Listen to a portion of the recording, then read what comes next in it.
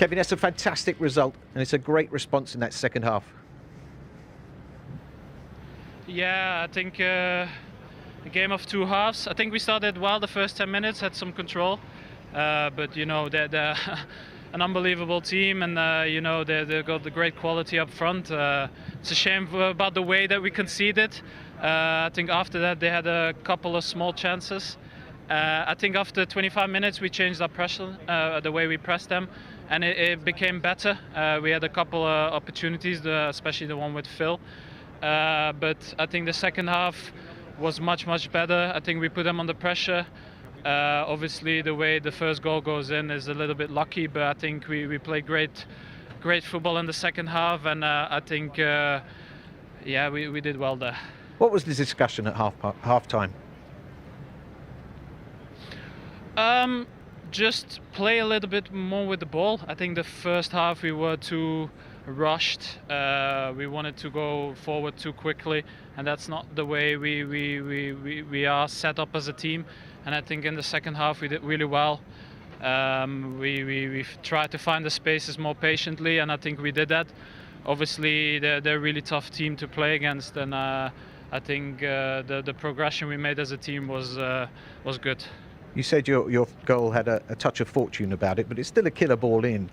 If it's touched, it goes into goal. If it's not touched, it's still on target. Yeah, of course. You know, I think it's set up in the perfect position, and you know, I think it's so difficult for the keeper because he always expects somebody to touch it. But yeah, it was great for us, and I think we kept going, and obviously with a second goal. with Riyadh, it's good for us, but it's still a game to go, so we have to concentrate on that. Sure, we were waiting to see you step up for the free kick. Did Riyadh take command? Well, he asked me if he could take it, and I say, if you believe in yourself, take it. You know, I have full confidence in all my team, and you know, he scored the goal, so who am I to say something about that? The manager's been saying a lot in the build-up about enjoying the game, enjoying the experience, and embracing the pressure. Did we see that today? There was no panic. Yeah, I think so. You know, obviously we know there's going to be moments in the game where we're going to suffer. The quality at this stage, we know how good they are. So you have to set your mind in that you're going to run hard, have to work hard for the team. And then we know also that we have quality to play good against them, and you know that's going to happen in the second game also. Half the job done. Thank you. Obviously created a few more chances. It's interesting, isn't it? Because in the build-up, we spoke about the big names and the big superstars, and then actually the win comes down to good game management.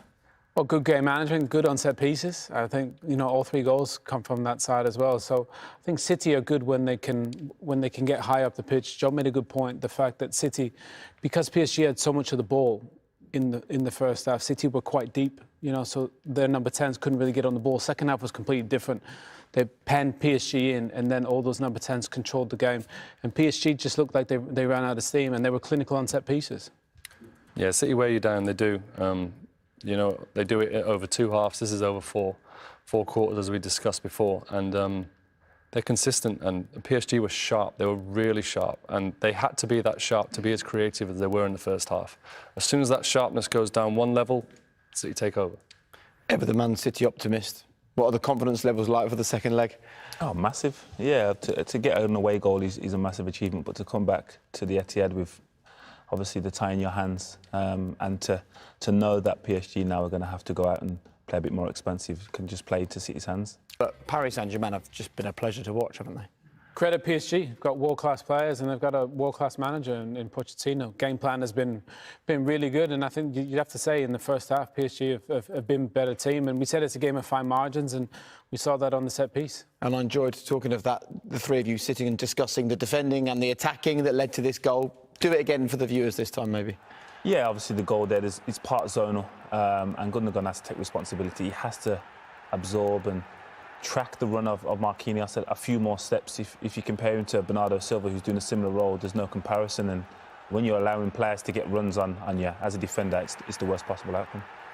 I think the timing of it is exceptional. It's one of those where it's a world-class delivery, and he really does attack the ball and get important goals for PSG. So yes, You know, in an ideal setup, Gundogan bounces him further away from the goal, but he's eluded that, and he's not broke stride. It's impossible to beat that. You know, to deal with that from the static position of the zonal markers to come up against that. As soon as he got through that with the pace and the ball, it was only going to end one way. The City have come close at times. How much of a rethink do they need at half-time?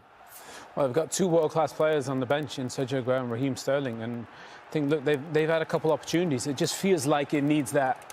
They've had success with the false nine, but it feels like today now they need a number 9 up there, because that moment there, Bernardo Silva, you think like a number 9's getting on the end of that, isn't it, Jolie? More so this one. Number 9's going to find himself in between the centre-halves and force a tougher clearance for the defenders. And then you just have that mentality of wanting to score goals and recognising situations that midfielders don't tend to have. But here, again, not the best touch from Phil, and the form is in. We would expect him to test Navas a little bit more than what he did.